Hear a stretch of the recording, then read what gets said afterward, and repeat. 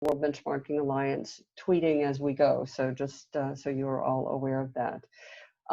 We do have a number of people registered. We already have 60 online, so we're going to handle the questions through the chat function primarily, and we have the World Benchmarking Alliance team who will be standing by to answer questions as they come up, and at the end they will help collect some of the questions to raise them in the group conversation. And of course at that time we'll also allow people to raise their hands as they go. If you plan to ask a question, just please give your name and affiliation before you do that. And as I said, I'm going to be really strict on time because we have a lot of great speakers, and we want to get to everybody and get to questions at the end. So with that, if I can turn it over to Dr. Martin Flick, who is the Deputy to the Special Envoy for the UN Food Systems Summit, to kick us off and set the context for this conversation. So thanks, Martin. Thank you very much, Anne, and good evening, good afternoon, good morning, wherever you are. And you're all too right about all of the Zoom calls. I'm just coming off a 3.5-hour presentation, which was our first advisory committee setting up the Food Systems Summit. So bear with me, and I hope I can keep it together in 10 minutes.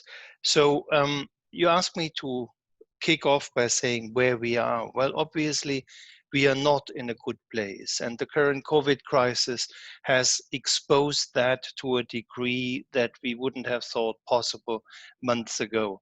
The idea and the concept for a food system summit is, of course, older than the COVID crisis. So there was already a situation before COVID, but now it's more evident than ever. There is something fundamentally wrong with our food system.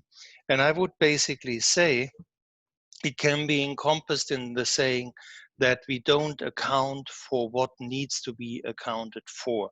And therefore, I'm very happy about this initiative because it brings transparency and accountability to some of the top enterprises of this planet in terms of the 3 dimensions that you have outlined, which is the environmental dimension, the nutritional dimension, and the social inclusion aspect. So if you take that together, you basically do have the SDGs. And one of our core arguments for organizing this food systems summit is that in many respects, food systems are unlike anything else. And unfortunately, if I explain, then mostly on the negative side, 80% of biodiversity loss driven by food production. Now, numbers are different, but I think it's safe to say that if you look at food as a system, a good third of our greenhouse gas emissions are driven by food systems. We have this absurd situation that you got 830 million people hungry, and at the same time we are wasting 1/3 of our global food production.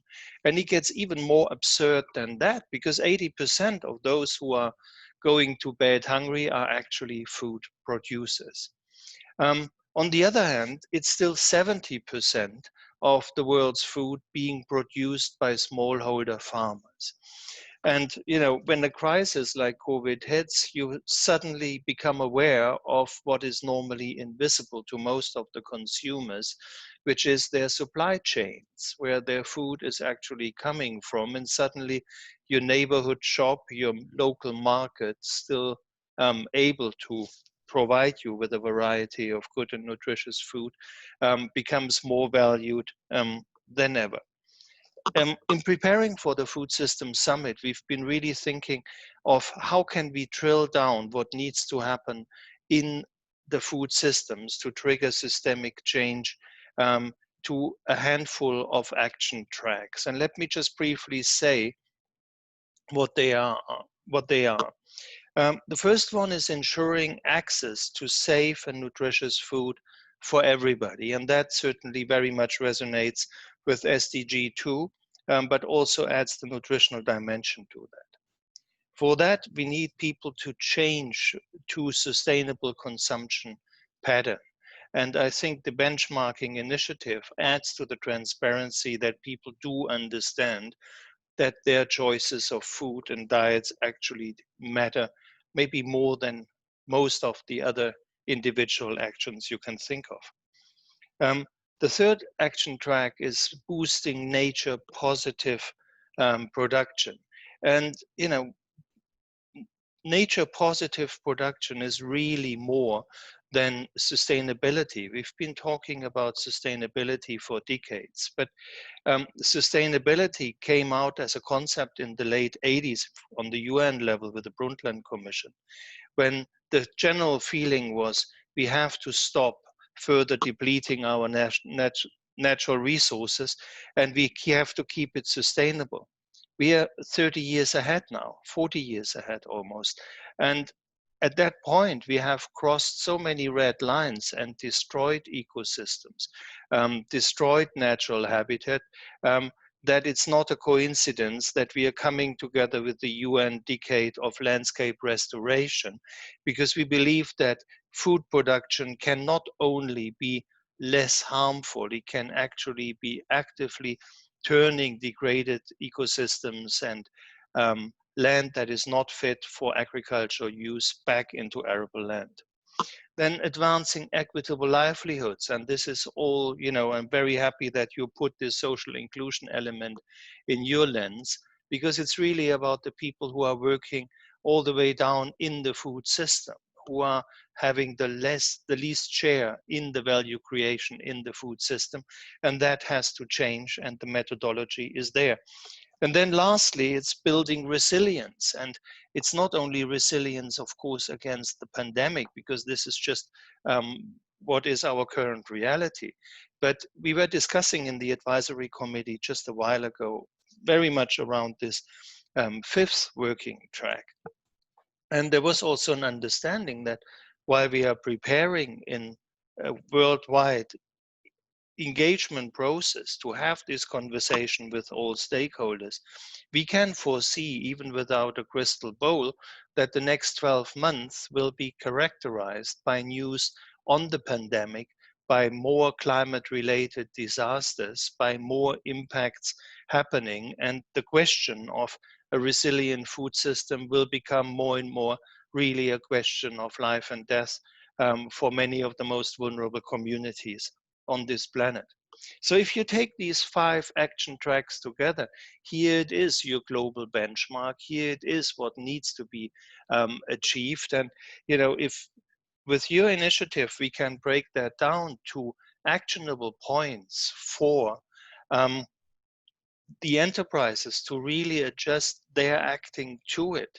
We can maybe transform it from a compliance point to a part of corporate identity, to the ethics of a company, to the values that create basically the community of people that a company is, but also the public image of this company with their consumers, who are becoming more and more a part of the conversation and not just passive recipients of products on display. And I think I exactly hit 10 minutes. And Anne, I would give back to you, and I'm very much looking forward to the discussion. Thank you very much. Thank you, Martin. Perfect. And I'm so glad that you were able to share with us the action tracks from the Food Systems Summit. I think we've all been waiting with bated breath to hear them, and glad that they were endorsed by your advisory committee. And just to say before I hand it over to Hebron, I think, yeah, we are so all familiar with the statistics you cited at the beginning, but I have to say I spoke to my congregation last week on these topics, and you know, outside of our rooms, these are shocking numbers, and you know, we need to remember that as we're listening to the recitation of the impacts of the food system. That, you know, for the rest of the world, these are shocking numbers, and I think we want to you know, keep that in our minds. So I'm sorry, I don't have my glasses on, so I now need to hand it over to Mina Hakre, so the Director General of the Nepal Ag Cooperative Central Federation. So Meena, can you enlighten us? And you have 5 minutes. Okay. Namaste from Nepal. Namaste. Namaste. And me, I'm Meena. And Nepal Agriculture Cooperative Central Federation is the umbrella organization of small farm agriculture cooperatives. And currently we have 1,082 member organizations, and it represents more than 1 million small farmers household. That is in individual level, one household, and it consists of 5.1 million of the population of Nepal. And in Nepal, COVID-19 was first formed to have spread on 24 January 2020, but both lives and livelihood of these farmers are at risk due to this pandemic, because that the majority of these Nepalese farmers, they are farmers and rural community at high risk, and it is especially harm for the agriculture sector. So a million of the migrant workers, even from either from Gulf country or from India, they have lost their jobs and they return to village. And during this lockdown, vegetables produce being dumped due to lack of transportation, lack access to market, and all these things. Even also livestock and other livestock and all these things are unable to get markets.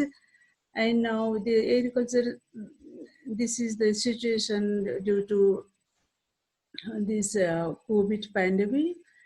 And despite this challenge, the NSCCFL has continuously and consistently operating this facilitating the product of farmers to sales in the market from our market wings during the lockdown. So if you look the food system transformation and all these things, that NSCCFL is a secretariat for the celebration of the International Year of Family Farming 2014, and it's continuously doing. It's also the secretariat of the UN Family Farming celebrations of the celebration of this and implementation of this 7 pillar of the action plan of the UN Decade of Family Farming. So most of the farmers from the rural hill area initially facilitated by NSCCFL, especially for the conservation of the local seeds of the different crop, to make different crop and make compost manure, which provided the availability of such seed to some extent, not all. But now is the peak time to the promote. It's a peak time to plant for the plantation, and they are not getting seed and agriculture tools and anything, because we always depend with Indian market. So all this we have to bring all these things from the Indian market, and they are is already locked down. So what we can do, that is the action for us to facilitate to access to agro input, skill and finance. And Nepal Agriculture Cooperative Central Federation is the Federation of Small Farmer. We do provide a non-financial service, and Small Farmer Development Bank is the bank. Majority of the share is owned by small farmer cooperatives, and they do provide the financial service. So we are facilitating to provide the financial service through Small Farmer Agriculture Bank and providing non-financial service from NSCCFL. And similarly, we are facilitating with the government to creation of the platform to access for this market of the smallholder farmers. There is no any market for the smallholder farmers in the central of Kathmandu or nearby their capital. So One is that, and another is to help to improve the policy and the environmental favor of the small farmer. Most of the policies being formulated by the government is not the favor of the small rural farmers, like agro-business promotion law. These all law are the favor of the big farmers. So we are lobbying with the government, as we do have the fact you need farmers advocacy consultation tools, you need support established by the support of the Agritera. And another is adoption of innovation of the good practice for the climate change adaptation in agriculture, including existing coping practice and indigenous technology shift in cultivation, followed by the small farmers. This is also where facility and increase rural employment and reduce rural urban migration of the youth through the involving of the rural development through family farming campaigning. Till now, we have sent more than 2,000 young farmers to Israel under the heading of On and Learn program, and upon the completion of the training, they return to our country and start their own business, and we are facilitating for this also. And another, the main beauty of this NSSFL, and we do have the very indigenous people. They are also the member of our federation, and we are promoting them to keep the traditional food habit, not to go with junk food and other food prepared in market or all these things, just to preserve their traditional mechanism. This is how we are trying to make them self-reliant and provide them nutritional value campaign through the family farming campaign also. That is what we are doing. And this is now we need to, this is the urgency in the ground to intervene, especially for the small farmers and rural farmers of the Nepal. Yes.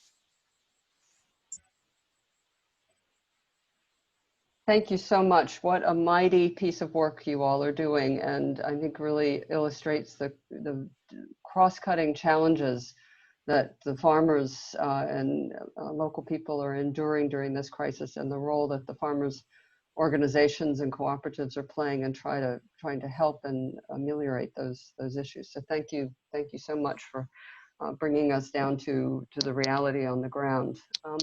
So now I'd like to hand it over to Hebron to present the World Benchmarking Alliance framework. And Hebron, I believe you have a lovely PowerPoint presentation that you're going to share with us. So yeah, to make all your time on Zoom a little bit worth, I had a PowerPoint deck, but I hope you forgive us because there is some what we believe important content that we would like to share with you, and it goes a bit easier with a few pictures. But really, I wanted to thank both Martin and Mina for setting the scene. And I think this is what you were alluding to, Anne, is that we have to deal with these daunting and actually scary and to a large degree very sad figures on a global reality if we look at the food system. And I think everyone in this call will also acknowledge that if we want to make any meaningful progress, a lot of that will depend on how we as a society then succeed in meeting the needs of farmers. And when it's about access to markets, the right crop varieties that they need, the right other forms of input, agriculture inputs that they need. So it is really that I think the challenge of us all, and I think everyone in this call would be is vividly aware of that, is how do we bridge, which is sometimes a gap between this sort of 30,000 feet altitude view of the world and on food systems versus the reality of smallholder farmers.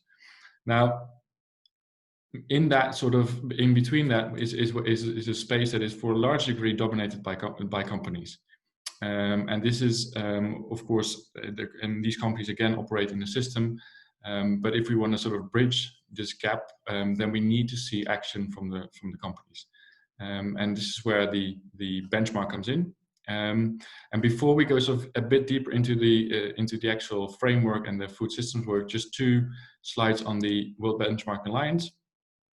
Because we are a fairly new organization established in 2018 during the UN General Assembly.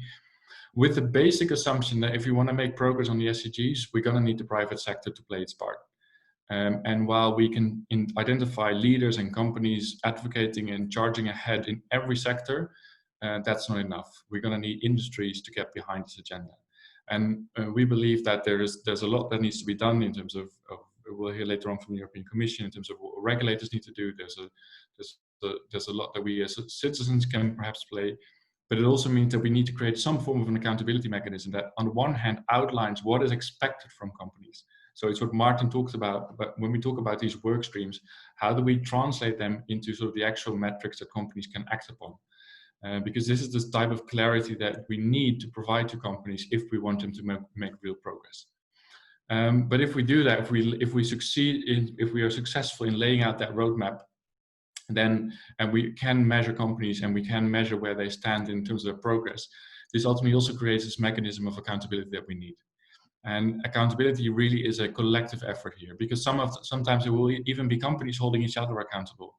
It will be investors playing their role. It will be governments playing their role. It will be us as individuals playing the role. And this is the type of transparency and the type of guidance that we want to create with the World Benchmark Alliance. And to do that, we will focus on a number of systems. And these are really of course, today we'll talk about the food system, but we consider the food system as one of 7 systems that need to transform for the SDGs to be achieved. And of course, you all know about climate and the need for decarbonization, the need for a circular way of thinking about our business models. We need to transform the urban sector. We have 3 billion people that still don't have access to internet, and that to a large degree are the people that keep our agricultural system thriving. So what can we do to bring those people online? Of course, because of COVID, all eyes are rightly on social and social inclusion. What sort of safety nets are we able to provide? What do we do in terms of gender equality? How are we making progress when we talk about living wage?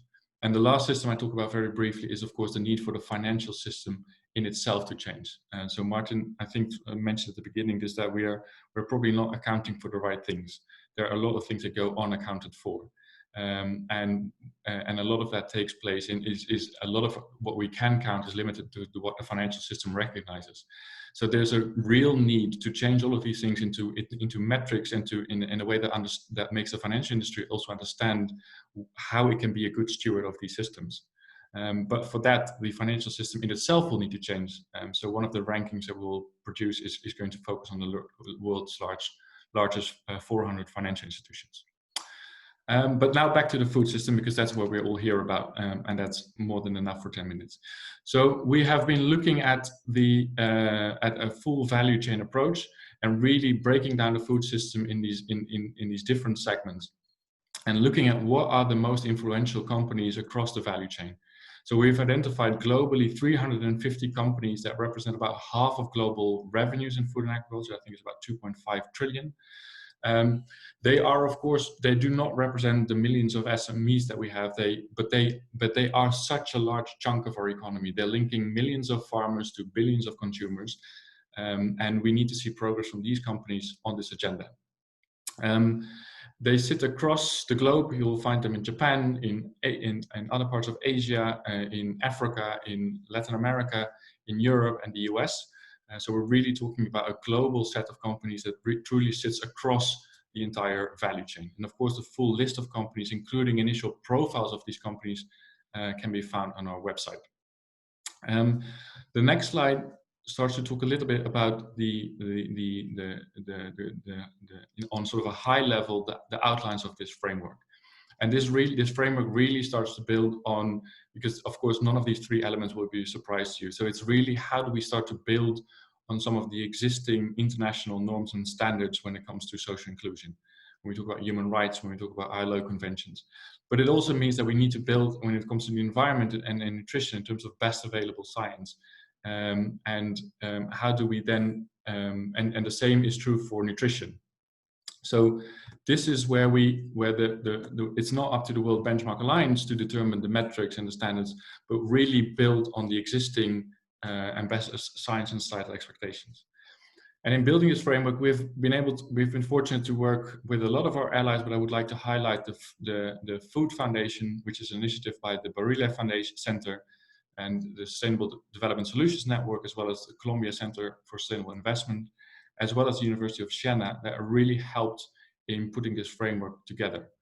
And to make sure that this work is not only credible, but also has the legitimacy of different stakeholders that know this space, we have constructed an expert review committee that we believe brings together some of the best people in this space, but perhaps more importantly, some of the people that represent the different stakeholders that we're going to need on this transformational journey. Well, of course, we have Anne as our chair. We'll hear later from Diane as one of our speakers today, but it also brings together investors, people from the nutrition community, farmer representatives, and people that really have that broad view, both in terms of the sectors they represent and the stakeholder groups that they represent. So the next slide starts to sort of outline the framework in a lot more detail, and it's now not for me or in this place to go into that to a large detail. I think the most important thing here is to say that we have tried to again build on best available science, the work of Eat Lancet, the work of the WRI, the work on the climate committee, and so to sort of see what are the key agenda points, so we can start to create that clarity for business. Now, of course, the next step in this journey is going to be that we are going to trans all of these important agenda items into the actual metrics that we need to develop to develop the actual methodology that we need to assess corporate performance and to see where companies stand. And again, this is going to be a collaborative process because this is, of course, where we need to build on, and this is for some that are a bit new to the space, but of course we need to build on the existing frameworks that are produced by GRI, by CDP, by SASB, but there will be a lot of gaps, and it is really going to be the work of a lot of experts outside of the World Benchmark Alliance to come up with the actual indicators that we're going to need. This is where we are relying on our alliance, which is currently over 150 organizations from across these different sectors. You see a few highlighted here, but these include investors, civil society organizations, business platforms, UN agencies, really what we believe the key stakeholders that we need to drive these different system transformations. And particularly if you could go back one step, so because of course a benchmark is just a means to an end, and so it's really important for us to sort of highlight how this fits into a longer roadmap. So what you can expect from us, of course, by the end of this year is the actual methodology that will then go for public consultation. But based on this agenda, we'll also produce a baseline assessment. So where do those 350 companies stand? And think of that as sort of a traffic light signal to where we think most companies are. So that by 2021, when we have the actual Food Systems Summit, we can present you a full benchmark, a full assessment of these 350 companies based on the full methodology, so that we have an actual, so that the work doesn't start at the summit, but that we can continue beyond the summit. Because I think what we're really looking for at the summit is companies making actions or commitments, but we'll also need a mechanism to follow up that beyond the summit, and beyond that, we're basically kickstarts that decade of action that is being delayed by COVID for a year. That we actually have the mechanisms to follow up on that, and that we see that agenda progressing. There's a lot of work also on a methodology level taking place in terms of developing science-based targets for nature and for other areas. So we need this methodology to stay relatively dynamic so we can keep up with the science and shifting societal expectations. Thank you, Pratik. We can move to a next slide and the one after. So I wanted to can you go back? Thank you. So one of the things that is going to be really important is that, again, to keep the work grounded. So what we've been doing over the last year, starting with the Access to Seeds Fund Index, but then building it into the food system transformation, is a real long series of dialogues with farmer organizations across the globe. And this is something that we will be formalizing by making sure that we have farmer organizations as a constant input to the methodology and later to the outputs of the benchmark, so that the benchmark can start to inform and context, so that the things that we produce are also contextualized by the views of farmers, because ultimately that's where a lot of the progress needs to be made. So we're really, when we're looking at the benchmark and the way that it can affect change, Of course, it needs to be influential in these 350 companies. Therefore, it needs to resonate with policymakers. It needs to be understood by investors so that they can use it. But ultimately, it needs to measure the things that matter most to people affected by the food system, including smallholder farmers. So that is, again, going to be, coming back to the beginning of my presentation, going to be the big challenge. How do we keep bridging this macro agenda with the needs of individuals across the globe? And what is the role of companies in making that translation? We as the World Benchmark Alliance want all of this work because we build on the stuff that's in the public domain. So everything that we do has to be in the public domain because that's how we create the transparency, that's how we create the accountability, and we can only do that by being funded as a non-for-profit. So the showing here the funders that make this work possible is not only showing off, it's only the only way that we believe this work can be done. There are a growing group of foundations and governments supporting our work. I would like to highlight for now the Dutch Ministry of Agriculture and Nature and the IKEA Foundation that came on board very recently, specifically to support this work on food system transformation in the lead up to the summit. So I want to take the opportunity here to thank them. Anne, I'm going to hand it over to you. Up to you if you're going to move to the next speaker or that you want to open it up for a few questions. Great, thank you, Hebron. I'll let you go on just a little bit longer because we didn't have too many questions coming into the chat. We do have 5 minutes for either questions or comments. I think we've had a couple of questions in the chat, one around the research investments that companies make, and are they being looked at as part of this framework, and then how we are linking to farmer organizations, and the farmers roundtables was another one. But I don't know also if there are others who might want to talk about their own initiatives that might link into this. But I see Martin's hand. Martin, do you want to come in? Thank you. And very, very briefly, since I already spoke, in looking for indicators, that could really be a challenge also for our action tracks to distill out indicators that would be meaningful for businesses. I just wanted to offer that. That sounds like something where we can really concretely work together. Thank you. And this is what we welcome, not only with the UN Food System Summit, but with other actors, because I think what we have to sort of get to a place where we acknowledge, where we are willing to work with what is best, with the best available stuff that's out there, with the acknowledgement that as science progresses, we also get better at measuring, and therefore the indicators will evolve over time. But I really look forward to working with the Secretariat on seeing where we can align indicators, because I think this is ultimately very important in creating the clarity that business needs. On the question around research, if I interpret that a bit more broadly, what we are really looking for, and this goes back to a point that Martin made at the beginning, we're not looking for a tick box exercise. So if you really want to see a transformation within companies, it has to be about how they allocate capital. It has to be how they make acquisitions. It ultimately has to be about how they spend their R&D. And this is where we are seeing the shifts from animal protein to plant-based protein. This is where we see the real material investments in supply chains.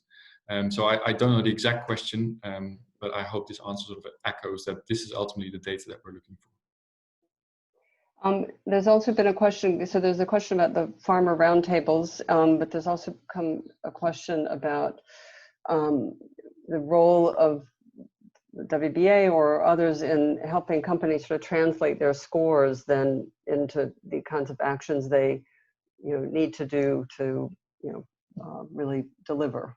Yeah, so we try to be clean in terms of the understanding of our own role as World Benchmark Alliance. So what we do is we provide measurement, guidance, and we give recommendations to companies.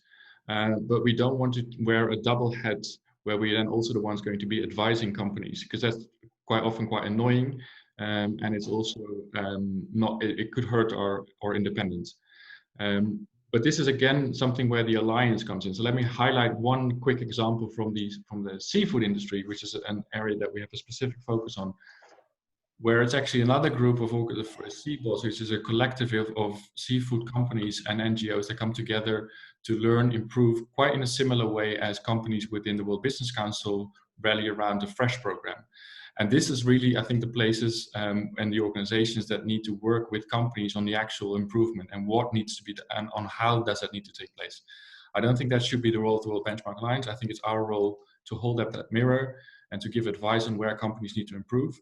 And then companies most of the time have really capable people that can translate that into how they actually need to execute that in terms of strategy, and otherwise they can find each other or the next button. Great. And I don't know, I wanted to move quickly to the next speaker, but I don't know if anyone has a response on the farmer engagement strategy. I thought that was great to see that map, but yeah, so a question about the farmer roundtables and how those are working. Yeah, so I think the farmer roundtables so far have particularly helped us a lot on the social bit. So, you know, what does social inclusion in the food system mean? And this is particularly where farmers have given a tremendous amount of input in the roundtable so far. I think it's also sometimes we get a bit detached, and this is again where these farmer roundtables help us get grounded in terms of the actual needs that farmers, in terms of seeds, crop protection, and other forms of agriculture inputs and access to markets. And sometimes we forget a bit about those discussions when we talk about the macro. So I think these are particularly areas where we want to continue working with farmer organizations. And ultimately, I hope that the benchmark is a way, can also start, but this is a few years down the line, as a way of empowering farmer cooperatives in their engagement with companies and expressing their needs and expectations from companies. Super. I think that's actually a great segue into our next speaker, Candace, who works for Nutrien, which is one of the world's biggest fertilizer companies, and I know has been very actively engaged in the sustainability conversations. And I just want to say that something's gone haywire with my chat function, so I can't see, I only see individual letters, not words. So if there are things coming through, Sana or Charlotte, you need to let me know. I see we've got 37 messages, but I think it might be 37 letters. Okay, over to you, Candace. Thanks, Anne. And the same is happening on my side with the chat box. You're not alone there. Hopefully that resolves itself. Okay. But thank you for the introduction. Nutrien is, as you said, one of those 350 companies that is key to food and ag system transformation. And we are on the input side, working globally with over 500,000 growers, providing services and solutions. And before I talk about the importance of measurement and how we're looking at it today, I just wanted to highlight from a perspective and maybe to the benefit of other corporates that are on the call with us today. As I, work with and listen to the World Benchmarking Alliance and learn more about the methodology that is being developed, I just want to share that I think that in the approach, which will of course have the in-house research, but then very importantly, this data collection period, I just want to commend the team for the thoughtfulness in the methodology, that there's this planned engagement with companies in that data collection period, because it is sometimes our experience with ratings and rankings institutions and other indices that the score comes out and then revisions are after the fact, after things are already public. And so I just want everyone to know, part of the methodology that is very thoughtful as it's being developed. But this is all leading to, the more measurement and assessment of companies, and that will happen based on what we have out there in terms of our disclosures. And so I just wanted to share a little bit in terms of how Nutrien and internally we're changing our approach, and we have a completely new roadmap that is under construction around handling our disclosures. And there's a couple things I wanted to share. So number one, you can imagine we're trying to make it less manual and more timely. So there is an IT project component to this that makes it not only easier internally for us to provide information and handle our disclosures, but also makes it easier for external analysts to get their hands on the data they actually need. But most importantly, if there's one key takeaway in our approach that I would say is probably the most important, it's that as we sort of rebuild out this roadmap, it is all with the eye to treating this information like we treat our financial information. That it's not black boxed, that it is in mind with, you know, progressive levels of assurance, and it's auditable. And that's kind of the roadmap we're on, is that these disclosures, these measurements, this data, everything related to sustainability and ESG realm is going to be treated like our financial data is treated. And then lastly, that we also have an eye to, as we build out this new roadmap, that it's integrated in our culture, that it's actually facing internally as well, with dashboards facing the business, integrating the business, so they can use this information. And not unlike was just shared, you know, this has to be informing strategy and even day-to-day decisions as we execute on what we do best. So much of a work in progress, but that's a little I guess, color on how we're looking at our disclosures. And lastly, my final comment is just for also the benefit of the other corporates on the call. It's not uncommon for our sentiment to be of frustration, especially over the last few years. There's a lot to keep up with in this space of, you know, knowing how to report, what to prioritize, how to handle and navigate the shifting landscape around disclosures in this space. But we are seeing a lot of consolidation and even competition in this space. And I just really think that the World Benchmarking Alliance meets a great need for consolidation of our benchmarks. And I think, as has been mentioned, it will not only benefit companies, but movement in entire industries and sectors. So with that, I think I'm right on the button here for time, Anne, and I'll pass it right back to you. Thank you. Well, I think you very elegantly answered the question of what's the benefit to the companies here, and just sharing a comment from an earlier call I was on about the better performance in the stock market, through this COVID situation, of companies who do rank highly on the ESG criteria versus those who don't. So I think there's also a financial benefit that we can see. So thanks very much for that.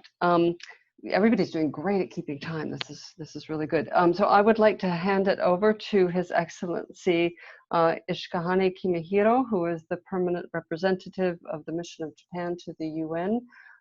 So Ambassador, over to you. Well, thank you, Margaret, and I really thank World Benchmark Alliance for hosting this very timely event. Well, as everyone pointed out, COVID-19 pandemic has caused a serious impact. But at the same time, it reminded us anew kind of the importance of the international health system, universal health coverage, and food and nutrition. So in light of the SDGs core principle, no one left behind, and the concept of human security, Japan has implemented assistance measures to tackle the COVID-19 pandemic, with a view to playing its role and the international cooperation. And in response to the United Nations humanitarian assistance appeal, Japan has been assisting developing countries in taking counter-infection measures and strengthen their healthcare system. But at the same time, the engagement of a broader set of stakeholders beyond the public sector is very imperative if we are to ever effectively tackle the COVID-19 crisis and beyond. And in Japan, even under this pandemic challenges, there is growing momentum to reaffirm the importance of the social values of companies through environmental, social, and governance investment, including social impact investment. And as for food and nutrition, the COVID-19 pandemic threatens food security and is severely impacting people who are already suffering from hunger.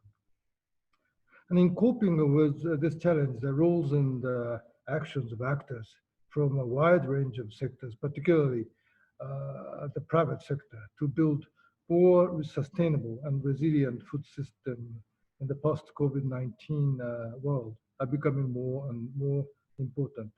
And so it is extremely important, in particular, that actors in the private sector pursue not only their own profit, but also social values in order to achieve SDG 1, 2, 3. And Japanese government is currently contributing to building global food chain in close cooperation with the private sector. For example, in Brazil, the Japan International Cooperation Agency has invested in developing infrastructures to improve crop productivity and strengthen agricultural logistics through a co-finance loan with the Citibank. We believe that this initiative will lead to enhancing the mobilization of private finance. Well, the G20 leaders' statement last year under the initiative of Japan as a host country incorporated the importance of innovative financing for development to encourage actions by private sectors. Moreover, during the UNGA high-level week last year, Japanese foreign minister chaired a ministerial level meeting of the leading group of innovative financing for development. And in addition, our Prime Minister sent a video message to the high-level meeting on financing for sustainable development, which has held last May as an initiative of UNSG. And the Prime Minister stressed that, quote, today's COVID-19 pandemic poses colossal challenges to achieving the SDGs. In order to realize a drastic scale-up of funds to overcome this challenge, promotion of so-called impact investment by the private sector will be essential, unquote. So a global growth of impact investment is crucial in the future. To this end, it is important to establish international standards that will serve as a common language of impact assessment, as well as to set unifying benchmarks. Japan is actively participating in this process. Japan also recognizes a significant role of WBA in this area. So finally, Japan will host the Tokyo Nutrition Summit for growth in December 2021. And this summit will serve as a forum for nutrition stakeholders worldwide to discuss various nutrition-related areas and present their respective commitments. So by enhancing the synergies between the Tokyo Nutrition Summit for Growth and the Food Systems Summit, I think we can build momentum to tackle a wide range of nutrition issues. I sincerely hope that today's discussion will deepen participants' understanding of the importance of mobilizing private finance in the food and nutrition. Thank you very much.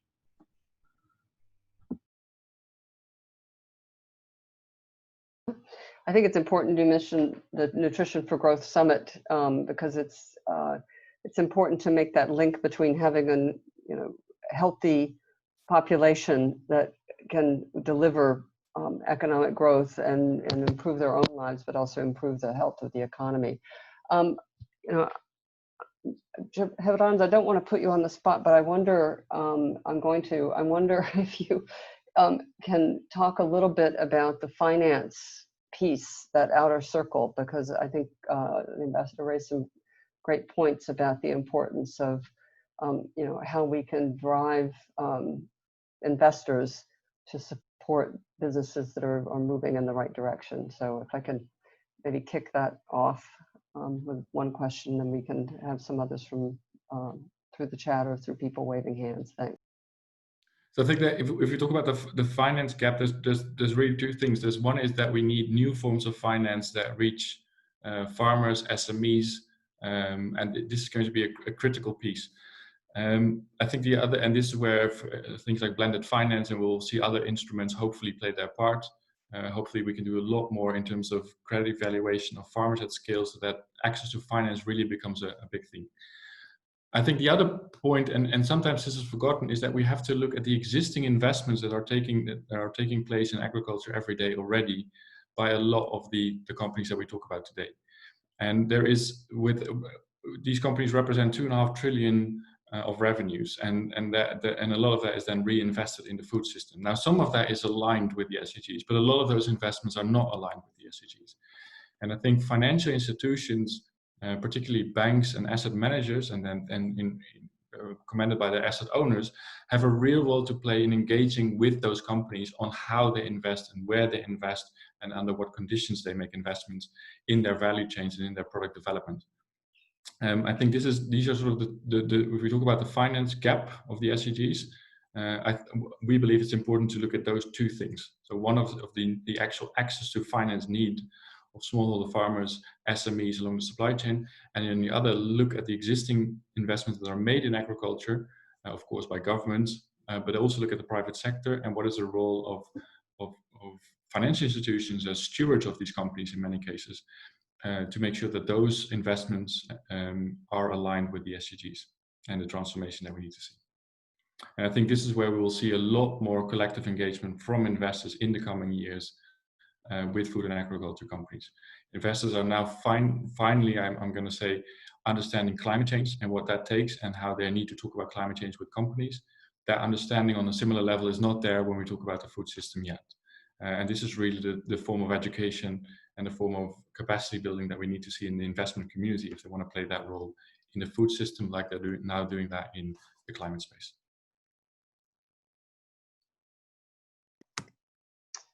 Great, thanks. I'm looking across three pages here. Any comments or questions that?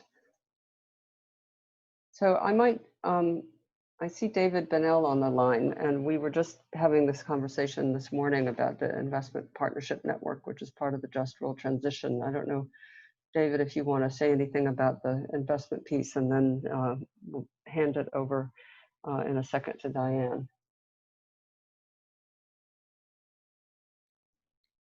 Thanks very much, Anne, and apologies, my video is not extremely viable today, but and just very briefly, as part of the Just Rural Transition work, we're creating, hosted at WBCSD, but part of a larger partnership, the Investment Partnership Network. Actually, a number of people in on this webinar are being asked to do some interviews for that. So building out the Investment Partnership Network as part of Just Rural Transition is happening over the next several months. And specifically, and I didn't know if you were asking about investment in general in this space or JRTIPN specifically. So let me stop. In general, maybe. Yeah. I'm sorry? In general, maybe. Yeah, I'd say also Yi Soon is the line from WBCSD, and I think Diane is going to comment on a little of this perhaps herself, but we're also noticing, which isn't news to many people on this call, that in the world of ESG, S is taking more of a front seat, maybe moving from the back seat where it was displaced previously. And as Yi Soon and others can talk about more expertly than me, we're also seeing this really interesting trend that conventional stocks have lost, kind of a weird way to think about it, but have lost more of their value during the pandemic than those that are managed using ESG factors. So put differently, well-managed companies are well-managed companies and do a better job of managing environment, social, and government risk. And it took, unfortunately, the pandemic and even the George Floyd murder to make this a bit more obvious to all of us. So let me stop there, Anne, and turn it back to you. Okay, great, thanks. Diane, that's a great segue over to you. Working with Diane in a lot of different guises these days, but Diane, enlighten us on what WBCSD is doing. Well, thanks, Anne. And I am really pleased to be here, and I'm very pleased to be on the advisory committee for this great work that WBA is leading, because it's super important for certainly our member companies, but really in driving the much broader movement of improvements to performance by setting common measures. We've heard a lot, starting, Martin, with your comments, and Mr. Ambassador from Japan with your comments as well. What COVID has done is really shown a very bright light on where we have weaknesses in our systems. And these challenges have really particularly highlighted the social inequity issues, which are becoming business challenges in a very different way than they were before. Part of this is because of the tremendous lack of social nets and the challenge that many governments have to fund the health response that turned into an economic crisis. But what we did is we looked at about 120 different companies to start to get an understanding of what the principles of a good response to COVID look like. Many of them focus on this aspect of equity and social justice, as David was just saying. First and foremost, protecting employees. And if we think about the social metrics within the World Benchmarking Alliance's benchmarks, that sits in that area that allows us to drive more consistency around what protecting employees across a whole value chain looks like. But equally, it looks on ensuring continuous cash flow, supporting release efforts, accelerating responses to the frontline workers. Each of these has a common theme, and that is that there's no one company or organization who can do it alone. And this really speaks to the power of partnership. The investment partnership network that David just shared is a great example, but there's a lot of other great partnerships out there that will help us move the dial and also benefit from consistent measures. I will use another one, again, building from the ambassador's comments, that is developing in advance of the Nutrition for Growth Summit that will help feed into the Food Systems Summit to help drive through a business constituency network a whole new scale of ambitious commitments to nutrition that were just recently announced, that we were supporting along with others on the phone that are here today with us. So it's these types of steps that together we can take at leaning into the common types of measures that, as Candace said, really deliver value for companies, because all of a sudden we can move faster together. Investors can understand and recognize that performance. And others who want to keep up from a competitive standpoint have a very transparent view of what it takes.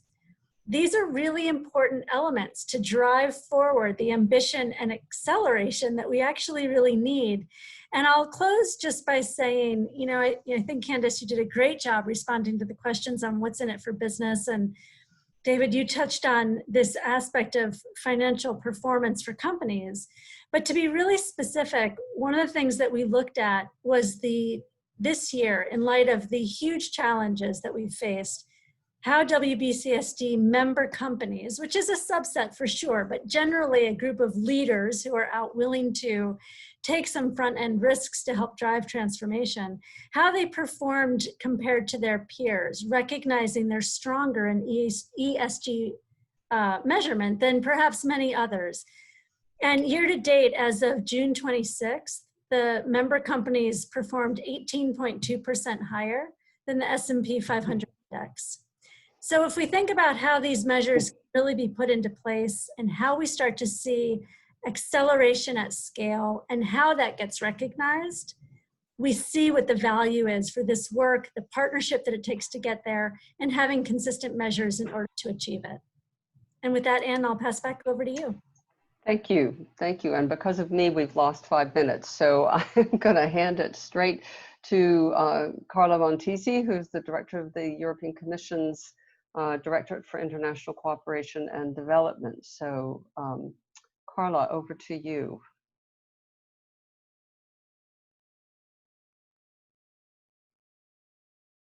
Carla, you're on mute.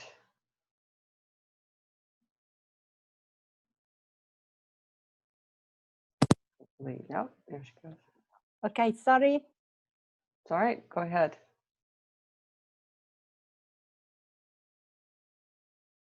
You still need to unmute.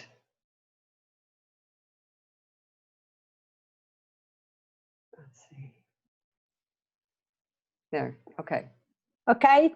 Yes. Okay, sorry, some minutes lost, but many, many thanks, and very happy to join you on this important debate. And let me start by saying that the initiative is really welcome. It's very important to be able to measure the sustainability performance of companies across all the entire food system. This initiative is clearly timely and high relevance. Let me say that benchmarking is a powerful tool to influence, of course, the behavior of companies to ensure that they can operate in a more sustainable way. Let me, in a small side, let me start by saying that last year we have supported a little strand of this work because we have supported the Biodiversity International that has developed an agro-biodiversity index. The idea was, it was the same, to try to measure agro-biodiversity in production, consumption, and on genetic resource management. But this was a tool that was available for companies, but also for government and investors. So very good, this work. I hope that this small work on biodiversity can be used in further developing the food and the agricultural benchmark. Clearly, as was said, the international focus now is squarely on food system as a whole. This will be at international level. I think that Martin has already mentioned all the preparatory work on the Food System Summit, but this is also at the European Union level, because as maybe you know, we have recently launched what we have called Farm to Fork strategy as part of our European Green Deal. This strategy was launched together with our biodiversity strategy, because of course the two strategies are closely linked, and we cannot really enhance biodiversity without changing our food system, and at the same time an agri-food system needs an healthy ecosystem to deliver. So clearly in both strategies we have underlined the integrated response that we need to have now, that will benefit people, nature, and the economic growth. And this will require a multi-stakeholder approach if we want to succeed on this.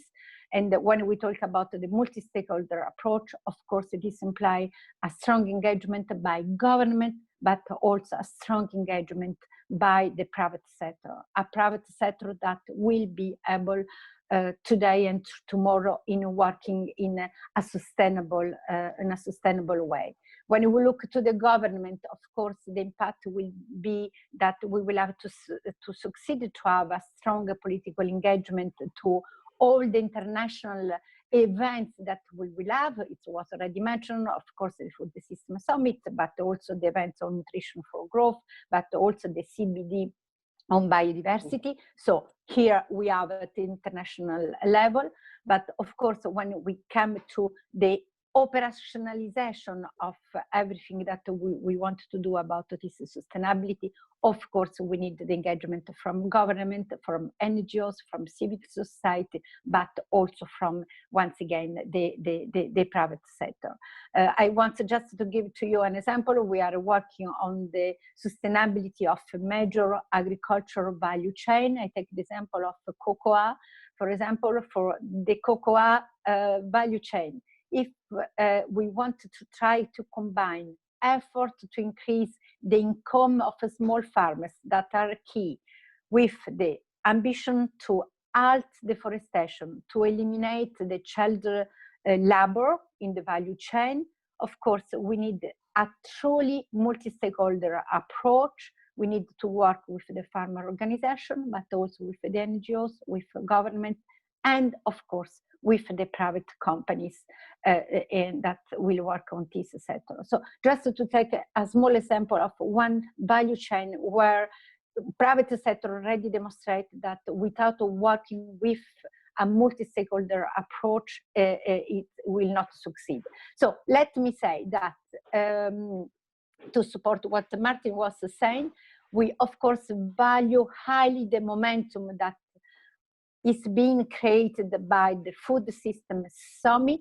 We think that we need to be thinking really out of the box, giving up working in silos, and we really look forward to engage with all the stakeholders in the different action tracks of the food system. I hope that during this action we will have many examples of innovation in the behavior of companies in our food system. And of course, the benchmarking can have really a catalytic effect on company behavior. Let me just add that we are working very much in all this, also from the investment, support to investment side, because we are really taking a strong engagement on sustainable finance. So also from the European Union view, in the future, we really wanted to support investment in the agriculture field, but a sustainable investment. So I hope that all this matter will be really a cross-cutting issue in all the action track of the summit, and really ready to contribute with our experience, but also with our ambition in all this domain. Over to you.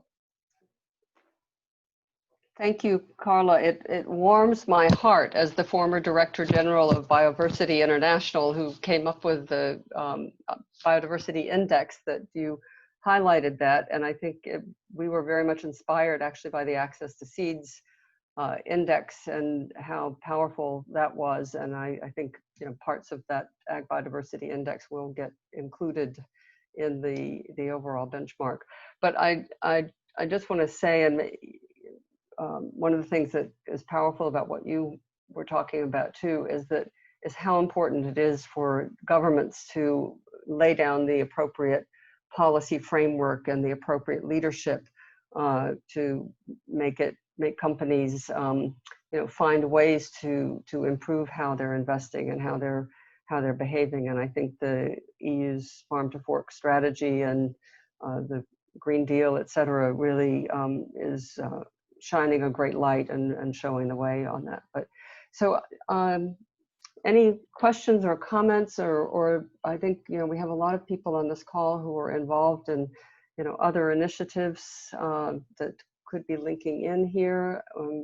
I also know from the Food Systems Summit, in addition to those action tracks, there are some cross-cutting levers that are going to be addressed. So I don't know, Martin or Allison, if you want to come in on those topics, but we've got about 15 minutes for comments, questions, conversation. Can I just ask a question? Yes, Ram. Yes, please. Ram here. Is there enough attention on Asia in this whole exercise, especially the Southeast Asia and South Asian countries, where you have majority of the smallholder farmers and also high levels of poverty and malnutrition? So is there enough focus on those countries? Ram, can you just say where you're from? What organization you're with? Sorry, I'm from, I'm on the ERC of Access to Seeds Index, and I live in India. Okay. Great, thanks. Okay. Thank you, Ram. I think the reason you asked this question is probably the answer is no. It's almost impossible to focus enough about Asia. I mean, the food system to such a large degree is going to be an Asian affair in terms of if we're going to succeed in making that transformation. So, I think what we do a lot in terms of the direct engagement with Asian-based food companies in the list, being in India or Thailand or other parts of Asia, as well as with the farmer roundtables I mentioned earlier. But I think there's also I think this is also where we in the future need to start thinking about, you know, if we have this global framework and we apply it to 350 of the world's largest global companies, and a lot of those companies will be Asian, but is there scope to see how we can apply that same methodology to a different universe of perhaps the next tier of companies in Southeast Asia to measure how progress in that region looks like? This is also a bandwidth issue, but this is definitely an aspiration that we have as a World Benchmark Alliance to see, you know, beyond the 350 companies that are, and I cannot stress their importance enough, but if other people counter that by saying we need SMEs to be part of this as well, they are right. And so how can we see if this framework can be used beyond the 350 companies, and perhaps with the regional focus, give us some additional insights like we have done with you on the Access to Seeds Index.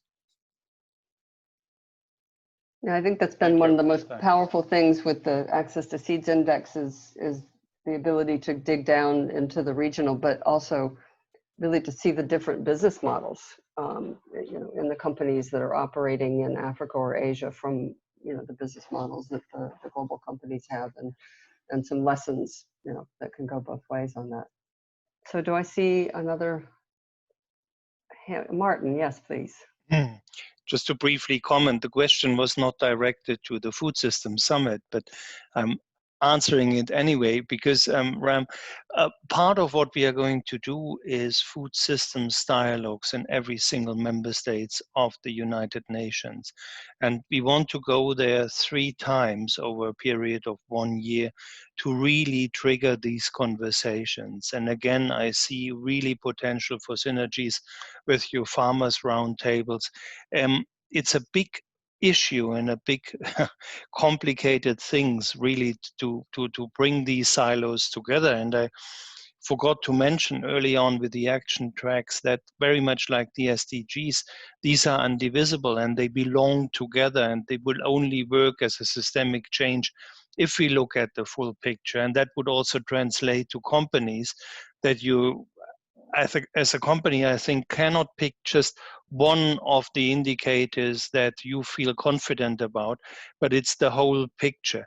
It makes it very, very difficult, but I also believe that formats like the one in which we are in are really able to bring these different stakeholders together. And as complex as the task is, the tools that we are having now are also unprecedented. So I hope that we are really succeeding in having this global conversations and can bring things together and get people to think laterally and in a systems approach. Thank you.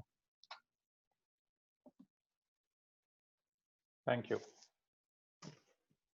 One of the great things about, one of the things about this, the environment we're in, is we can be much more inclusive about how we engage around the world. But also, I think it's really wonderful to hear the plans for the Food System Summit to be engaging, throughout the process and not just, holding some event for 3 days in third quarter of next year. So, any other comments? Again, this is Ram here. If I can make one more comment. Yes, sure. One of the things that we have observed during the COVID time is that many countries are becoming more aware of the need to have agricultural supply chains being self-sufficient, in the sense that they want to make their systems more self-sufficient and less dependent on other countries, because of such disturbances we have seen in the supply chains. So the first natural reaction of many countries is to become more self-sufficient. So did you observe this in other parts of the world? Do you think this is going to be a permanent feature which needs an attention in the food systems planning? Martin, do you want to respond?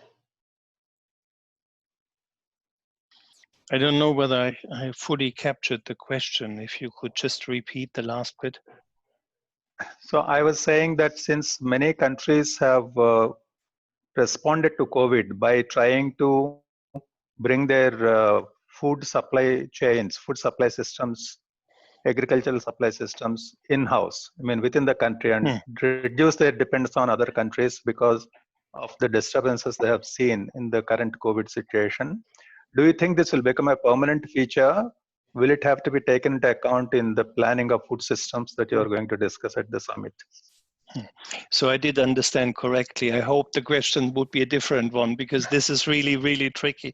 I think we've seen 2 things. One thing is a tendency really to shorten the value chains and really to have them less vulnerable to shocks. But at the same time, the shock for many is exactly that international trade is not working as it should be. And we had 2 African countries today in the advisory committee speaking exactly to that.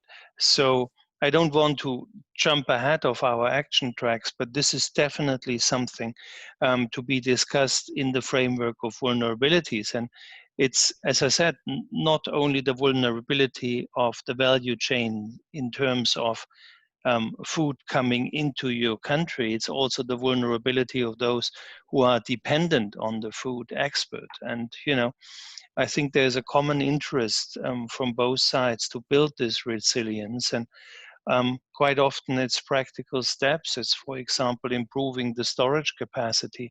It's bringing the processing closer to the producers, so that, if you have a delay in your supply chain, that doesn't mean that everything is lost, but you can store a bit longer. But that's, of course, a very, very complex conversation. And one of the big things we want to focus in the conversations is the trade-offs you're really facing, the synergies, but also the trade-offs. And that is a tough conversation because it also involves trade and the interdependencies of that. So indeed, that is one of the really pressure points we want to discuss. Thank you. Thank you. Thanks for that. I think the other aspect of this trade issue is also, you know, where is it environmentally efficient to produce certain types of food? We all remember the high subsidies that Saudi Arabia was giving to its wheat production, you know, which was disastrous for water and other environmental issues there. So I think it's a balance. So, any other questions? Hebron, do you want to make any comments to wrapping up, and then I can close out in a few minutes. Thanks. Thank you, Anne, and thank you for all the speakers for setting out the agenda from these different perspectives. Because I think that is, with the risk of repeating myself, but if we want to see sort of systemic change in the food system, it also requires us as other actors to work in a way systemically together. So that requires investors, governments, civil society organizations, businesses to play their unique role, but to rally around the same agenda. And that is going to require a lot more of these calls and the hard work of coming up with the right indicators. But this is really where we want to continue working with you. So let me stress again that this work is built, what we present you today, work, and that's also the spirit in which we should go further. So building on the existing frameworks and making sure that what ultimately comes out creates value for the companies that we rank, as well as for their key stakeholders. And investors will use it in a different way as the European Commission might do it as a feedback mechanism for its farm to fork. It will be used differently by individuals. But it's really important that despite these different needs and despite these different focuses, we create sort of metrics that start to work for everyone. Because that is a sort of the type of democracy, in a way we need to democratize that understanding of how food systems work and how companies work. And this is hard, it's going to take a long time, but we can take measurable, like we can really take practical steps forward every single time. And I hope we took one today by presenting this benchmark. And I hope we can continue this journey with all of you as we refine this and produce the actual benchmarks and then start the engagement around that. So with that, I would like to thank you all. And Anne, I'll hand it over back to you. Great. You know, I was just reflecting on two pieces of my former career.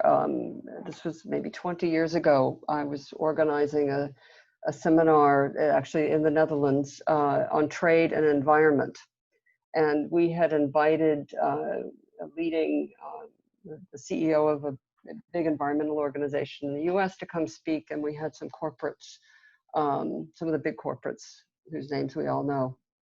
And this man told me he would refuse to be on a platform with any of those companies. Absolutely refused. And, you know, so just, I think of the change in the conversations we're having, the people who are having those conversations, the willingness of different stakeholders to be sitting down together and you know, taking each other seriously. I think it's a huge transformation.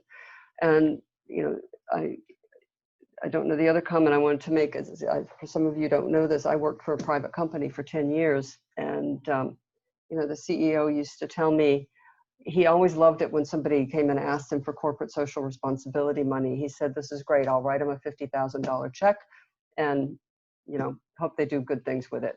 And he said, what really, you know, made him change was when people started coming to him and saying, we need you to change your corporate behavior and how you're engaging in the world, not to be, you know, using the foundation to write some nice checks to some nice organizations. And I think where we are with this conversation with World Benchmarking Alliance and what WBCSD and others are doing, it really is transitioning from, this corporate social responsibility to actually integrating through the whole business. And Candace, you talked about that, and I love the fact that you made the point that this, what you're doing is very inwardly facing to the company, and we found that with the biodiversity index. The companies were saying to us, how can we use these to change the KPIs of our company?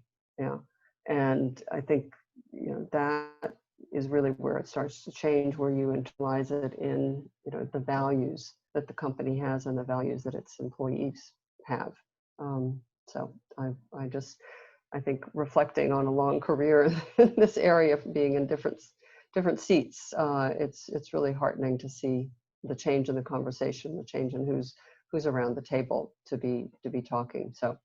So I'm going to give you all back 5 minutes of your lives. We're very efficient and I want to thank our speakers who were kept amazingly to time. I didn't have to cut any of you off, and I appreciate that very much. And the questions that have come through, and some of them we'll be answering in the chat. We'll send around to all of you after this event. So thank you all very much, and look forward to working with all of you on these different initiatives that are moving forward. So have a good afternoon, good evening, whatever time zone you're in. Bye. Thank you. Bye. Bye.